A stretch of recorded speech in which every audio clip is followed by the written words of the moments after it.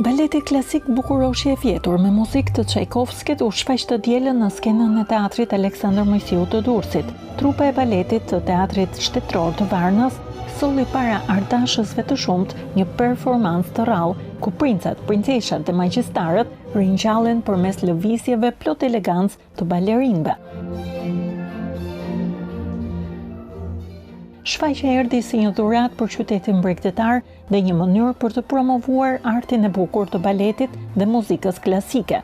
Pauline Faget, një nga protagonistët e shfaqjes, theksoi se përvoja në Durrës ishte magjike dhe një mundësi e shkëlqyer për të ndarë pasionin për baletin me publikun shqiptar. Është hera e parë që vi këtu dhe falenderoj Shqipërinë që na ftoi.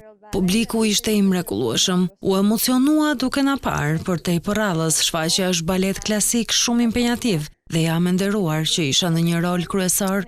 Kjo shfaqje nuk ishte vetëm një interpretim artistik, por dhe një rikthim në magjinë e fëmijërisë, ku të gjithë mund të besojnë në fuqinë e dashurisë dhe të ëndrave të bukura. Baleti klasik solli një përvojë të veçantë artistike, duke ndriçuar skenën me elegancën dhe lëvizjet e balerinëve bullgar që do të interpretojnë para publikut në teatrin kombëtar të operës e baletit.